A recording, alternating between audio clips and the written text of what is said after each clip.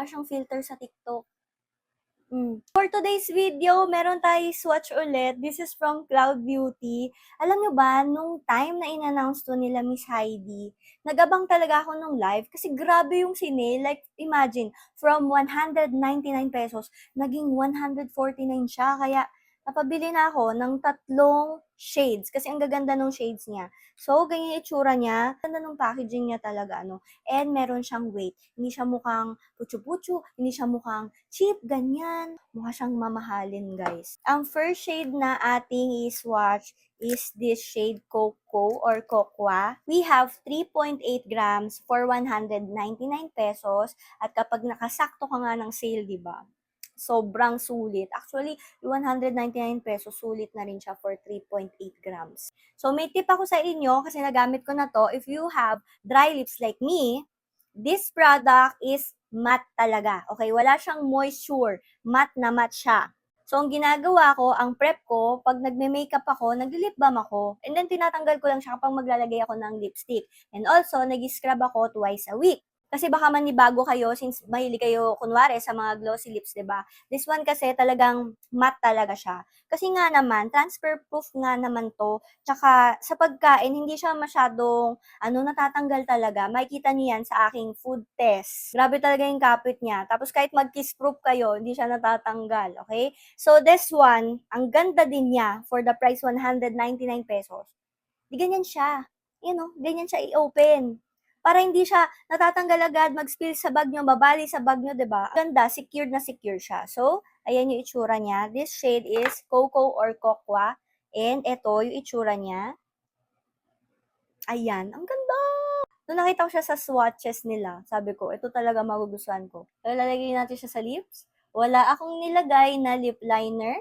And meron akong two-toned lips. Ayan yung comparison niya sa upper lip natin. Look at that. 'Di ba? Ang ganda. Na-fill in niya yung dark lining ng lips ko. Lalagay na natin siya dito. Ayan o, kahit maglagay ka ng ganyan o. Tapos pangalawang layer. 'Di ba? Natakpan na yung two-tone lips natin. So sa una, para siyang medyo creamy ganyan, pero nagse-set siya into matte. Kahit dry lips ako, okay siya sa akin. Nagiging siya parang velvet ganyan. And look, ang ganda 'di ba? Para din siyang may filter. Ang ganda ng shade. Perfect to for everyday. Bagay naman siya dun sa blush ko, 'di ba? Pero yan siya. Pwede mo pa rin siyang i-blend-blend na ganyan, hindi siya mabigat sa lips, hindi mo mafe-feel na meron nakalagay sa lips mo. Pag nag-set siya, para siyang powdery finish. Medyo may scent lang siya ng kaunti, pero tolerable naman para sa akin.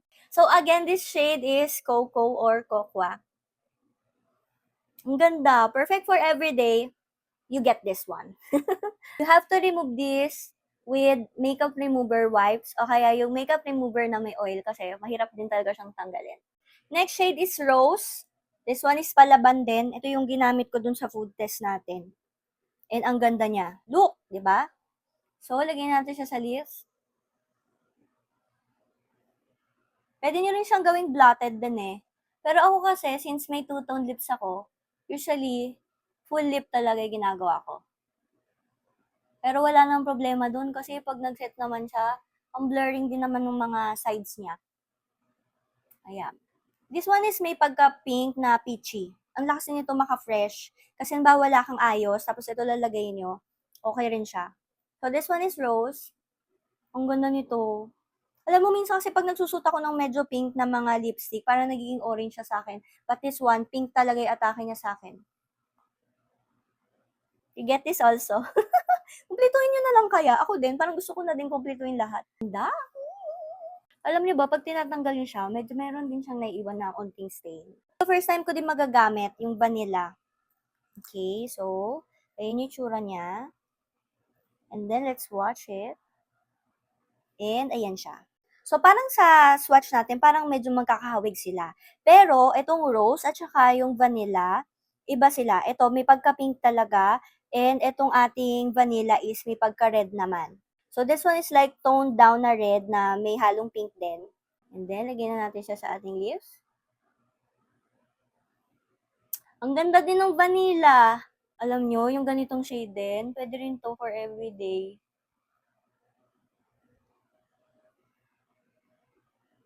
Hoy, ang ganda! So again, this is vanilla. Actually, lahat ng nabili ko, walang tapon sa kanila. Gagamitin ko talaga siya lahat. Ang ganda! Pag nag-set na siya, pwede kayo mag-kiss test.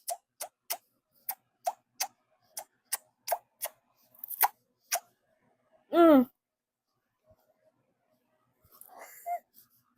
199, na tayo magagawa. Ang ganda ng performance. I'm solved.